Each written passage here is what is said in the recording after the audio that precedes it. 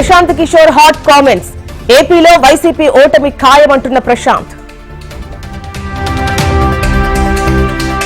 కిషోర్ వ్యాఖ్యలపై స్పందించిన అంబటి, పీకే సన్యాసం తీసుకునేందుకు సిద్ధంగా ఉన్నారని కామెంట్. బీహార్లో చెల్లని రూపాయి ఇక్కడ చెల్లుతుందా? మరో పీకేను చంద్రబాబు తెచ్చుకున్నారన్న అమర్నాథ్.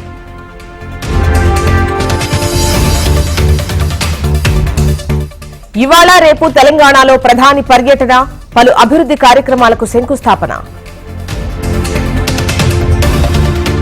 11న ఇందిరమ్మ ఇళ్ల పథకం ప్రారంభం, 4 గ్యారంటీలు అమలు చేశామన్న మంత్రి కోమటిరెడ్డి.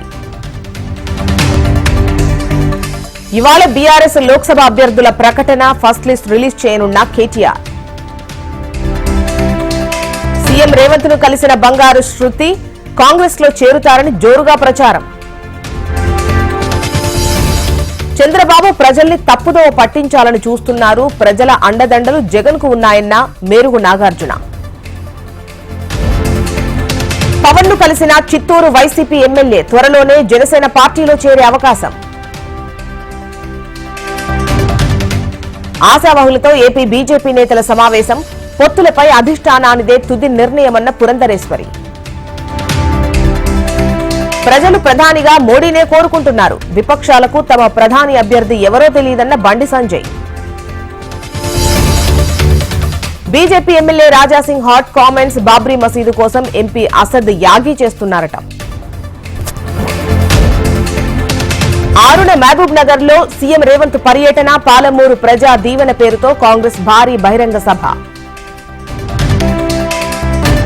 చోరీ కేసులో చిన్న సినిమాల నటి సౌమ్య శెట్టి అరెస్ట్, కిలో బంగారం నగదు చోరీ చేసి గోవాకు చెక్కేసిన సౌమ్య.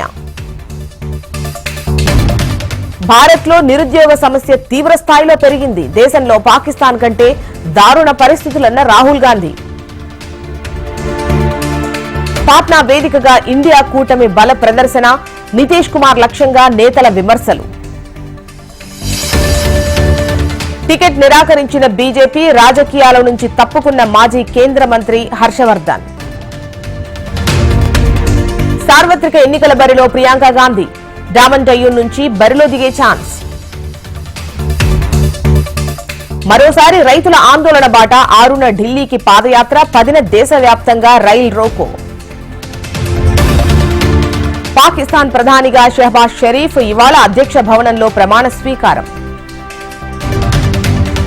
అనంత్ అంబానీ, రాధికా మర్చెంట్ ప్రీ వెడ్డింగ్ సంబురాలు, నాటు నాటు పాటకు స్టెప్పులేసిన సల్మాన్, షారూక్, ఆమీర్. టీడీపీ ఎంత అడ్డుకున్నా వ్యూహం రిలీజ్ చేశాం, త్వరలోనే సెకండ్ పార్ట్ రిలీజ్ అవుతుందన్న ఆర్జీవీ.